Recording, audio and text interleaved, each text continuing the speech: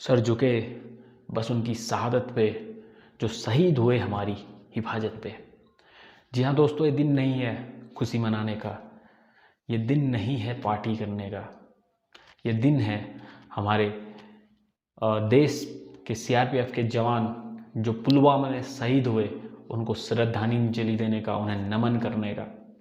आज ही के दिन 2 साल पहले 14 फरवरी 2019 को पुलवामा में जैश ए मोहम्मद के आतंकी ने अपनी गाड़ी जिसमें 300 केजी RDX भरा हुआ था, उसको जो हमारे सीआरपीएफ के जवानों की गाड़ी है उससे टक्कर दे दी थी और हमारे 45 जवान शहीद हो गए थे।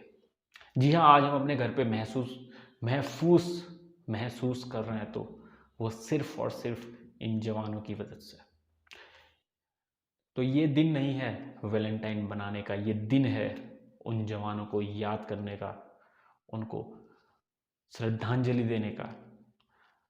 हम अंग्रेजों से तो आज़ाद हो गए, उनकी गुलामी से आज़ाद हो गए, लेकिन उनका कल्चर, अंग्रेज़ों का कल्चर हमारे देश में लगातार बढ़ता जा रहा है। सो ये दिन उन जवानों को याद करने का है जिन्होंने इस देश की रक्षा में अपने प्राणों की आहुति दे दी। धन्य है वो जवान। जय हिंद।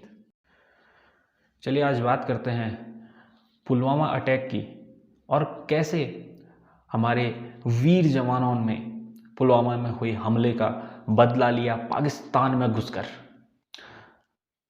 तो आज ही के दिन 14 फरवरी 2019 को जो सीआरपीएफ की टुकड़ी है, सेना की टुकड़ी, जो छुट्टियों से वापस आ रहे थे, तो उस टाइम पे बर्फ़ पड़ रही थी, बर्फ़ का सीज़न रहता है, तो वहाँ पे बर्फ़ जो है पड़ना बंद हो गई थी। तो 2-3 दिन रुकने के बाद 14 फरवरी को सभी जवान अपनी यूनिट में जाने को तैयार थे। उनमें कुछ गाड़ियाँ बुलेट प्रूफ थी, जैसे कुछ आगे गाड़ियाँ पीछे गाड़ियाँ, और बीच में जो गाड़ियाँ थी वो नॉर्मल गाड़ियाँ थी। तो क्या हुआ, जैसे ही ये गाड़ियाँ जम्मू कश्मीर के पुलवामा ज़िले में पहुँचती हैं, वहाँ पे एक कार आती है जिसमें कहा जा रहा था कि 300 केजी का 300 केजी का जो धमाके का सामान है रखा गया था। तो वो गाड़ी आती है, वो उस गाड़ी को अटैक करती है। आर्मी जो सीआरपीएफ की है, उस सीआरपीएफ की उस गाड़ी को टारगेट करती है जो बुलेट प्रूफ नहीं थी।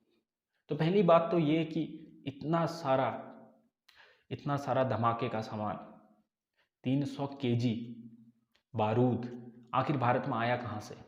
ये सब भारत के ही लोग हैं, वही जयचंद हैं जिन्होंने भारत को अंग्रेजों से गुलाम बनाया। जी हाँ, भारत के लोगों की वजह से, जो भारत में आतंकी बैठे हैं, उनकी वजह से भारत के ही लोग सुरक्षित नहीं हैं, भारत की सेना सुरक्षित नहीं है।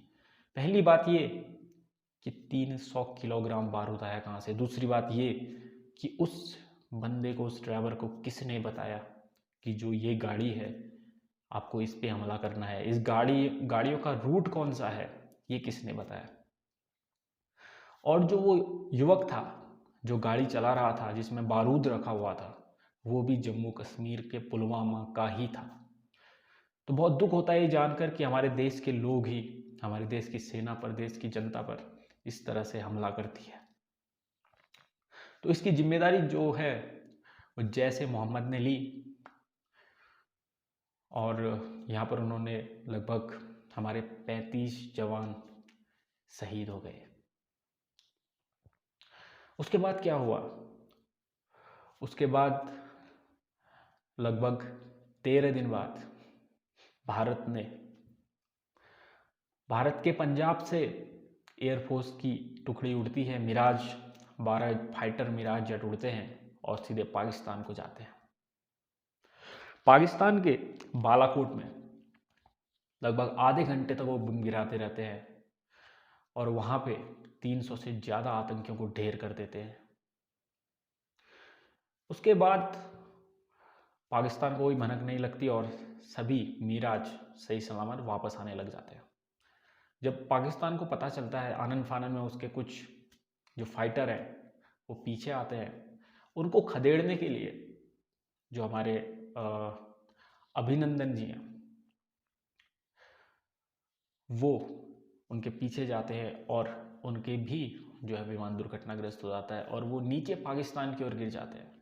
कहा यह भी जा रहा था कि पाकिस्तान का एक जेट को उन्होंने गिराया था और उस जेट को गिराया था तो उसमें से जो उनका पायलट था वो पाकिस्तान की ओर गिरा था और पाकिस्तानी लोगों ने उसे हिंदुस्तान का समझ के उसको पीट पीट के मार डाला।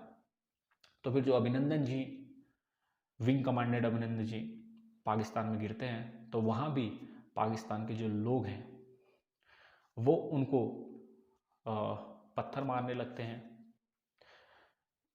और तब जो वहाँ की आर्मी है पाकिस्तान की वो उनको पकड़ के ले जाती है और कैद करती है। और उसके कुछ समय बाद भारत ने जब पाकिस्तान में प्रेशर डाला तो जो विंग कमांडेंट अभिनंदन हैं वो छूट के वापस आ जाते हैं। तो ऐसी जांबाज है हमारी एयरफोर्स सेना।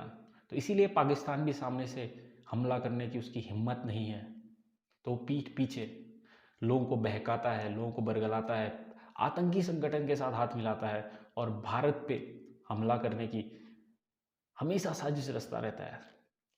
और दुख की बात यह नहीं कि पाकिस्तान भारत पे हमला करता है, सबसे बड़ी दुख की बात यह है कि भारत में रहने वाले लोग ही उसका साथ देते हैं। उनकी वजह से वो यहाँ पर जो हमले कराने में, कुछ हमले कराने में वो कामयाब हो जाते हैं, क्योंकि अधिकतर हमले हमारे जांबाज पुलिस, आर्मी और सेना की सभी टुकड़ियां रोक देती है। तो दोस्तों ये दिन है उन लोगों को याद करने का, 14 फरवरी को, जो देश की हिफाजत में शहीद हो गए। जय हिंद।